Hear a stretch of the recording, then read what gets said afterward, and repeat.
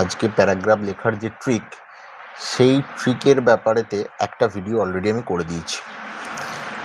সেখানেতে একটা ফরম্যাট দিয়ে প্রায় 40-এর ওপরে, মানে 40-45 যে কোনো সমস্যার সমাধানের জন্য প্রায় 50টা প্যারাগ্রাফ কিন্তু লেখা যাবে।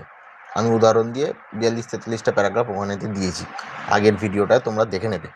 আজকে কি করব, ভিলেজ ফেয়ার নিয়ে প্রায়শই কিন্তু লেখা পড়তে দেখা যায়। Village fair, my visit to a village fair, to a village market, হ্যাঁ, এ ভিলেজ মার্কেট, যে কোনো এই ধরনের যদি পড়ে, বা মানে যে কোনো মেলা যদি পড়ে, সেক্ষেত্রে কিন্তু তোমরা এই ফরম্যাটটা ইউজ করবে।